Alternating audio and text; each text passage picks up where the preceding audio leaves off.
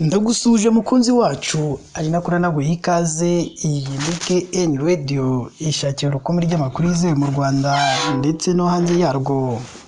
Ni mu mujyi wa Kigali ahakunze kumvikanwa inkongi z'umuriro zigiye zitandukanye, aho zigenda zifata ibikorwa remezo byo muri uyu mujyi wa Kigali.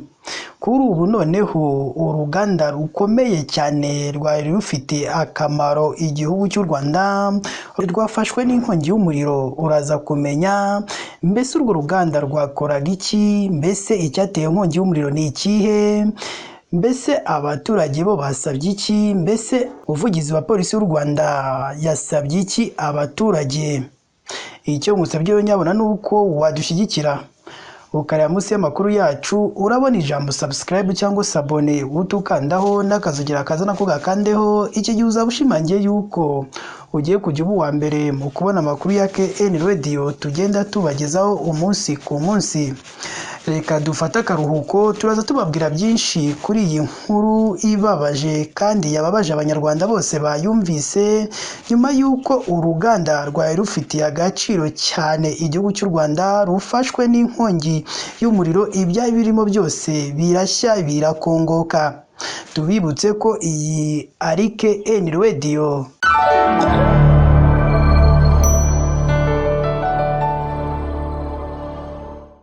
Reka nongere mbahe ikaze bakunzi bacu. Iyi ni KN Radio ishakira urukumbi ry'amakuru agezweho mu Rwanda ndetse no hanze yarwo.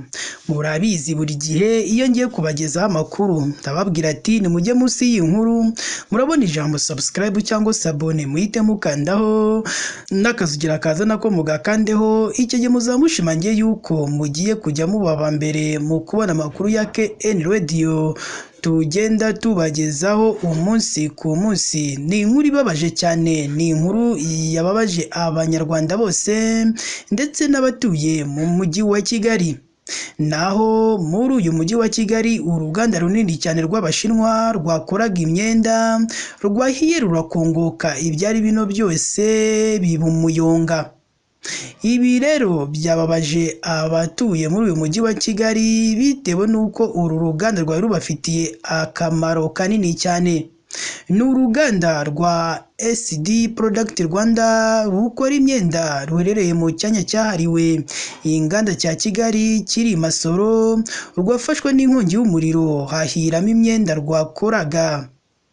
Ni inkongi kandi yatangiye mu rukerera rwo kuri uyu wa mbere ahagana saa 11 z'igitondo zo kuri uyu wa mbere tariki ya 4 Kanama 2024.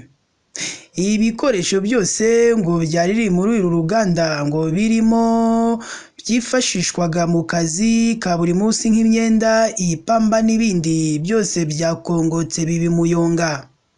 Aya makuru kandi ababajwe yemejwe n'umuyobozi ushinzwe imikoranire n'ibindi bigo muri SD Product Rwanda witwa Nabana Yves, aho yabwiye ikinyamakuru cya KN Radio agira ati rwahiye pe, hahiye ibintu byose byari birimo imbere, byahiye ameza dukoreraho, imashini, ububiko bw'imyenda n'ibitambaro byose byahiye birakongoka.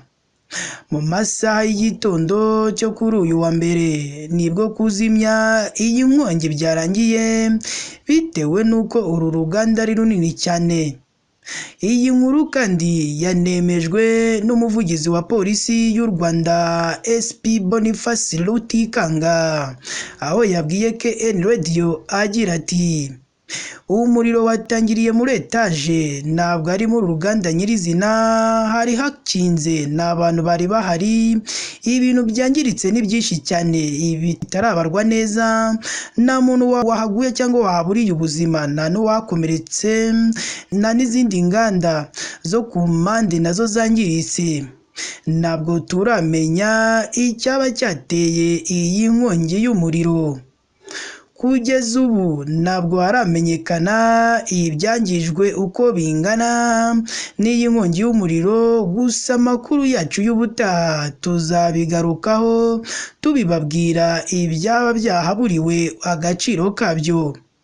Ibi kandi bikaba byababaje abaturage begereye runo ruganda bavuga ko bahombye ikintu kinini cyane kuko harimo abahakuraga ubuzima bwa buri munsi. Ibi kandi bibaye mu gihe hashize iminsi mike Minisiteri ishinzwe ibikorwa by'ubutabazi Minema isabye ko hakongerwa ibikoresho byifashishwa mu kuzimya umuriro mu mijyi yunganira i Kigali kugira ngo hizerwe umutekano w'abaturage. Ndagushimiye wowe wahisemo gukurikira amakuru kuri KN Radio, nkubwira ko wakoze igikorwa cyiza kandi igikorwa cy'ubutwari, ari nako nanakugira inama ko wajya munsi y'inkuru yacu urahabona ijambo subscribe cyangwa se abone, utukandaho n'akazugira kaza nako gakandeho, icyo gihe uzaba ushimangiye yuko ugiye kujya uba uwa mbere mu kubona amakuru ya KN Radio tugenda tubagezaho umunsi ku wundi. Mugire ibihe byiza kandi Imana ijye ikomeza ibarinde.